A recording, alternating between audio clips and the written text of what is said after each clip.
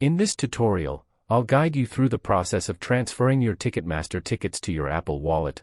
Later in this video, I'll also show you my favorite service to transfer money internationally for very low fees.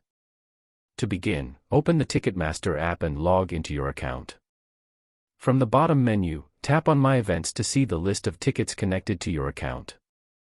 Select the event for which you want to add tickets to your Apple Wallet. Once the ticket opens, scroll down until you find the Add to Apple Wallet button. Tap on it, and you'll automatically be redirected to the Apple Wallet app where you can review your ticket details. In the top right corner, tap Add to save the ticket directly to your Apple Wallet. After that, your ticket will be stored in Apple Wallet and ready to use when entering the event. This allows you to quickly access your ticket without needing to reopen the Ticketmaster app every time. If you ever want to remove the ticket, open Apple Wallet, select the ticket, and choose the option to remove it. Now if you want to try my personal favorite money transfer service, I recommend using MoneyGram.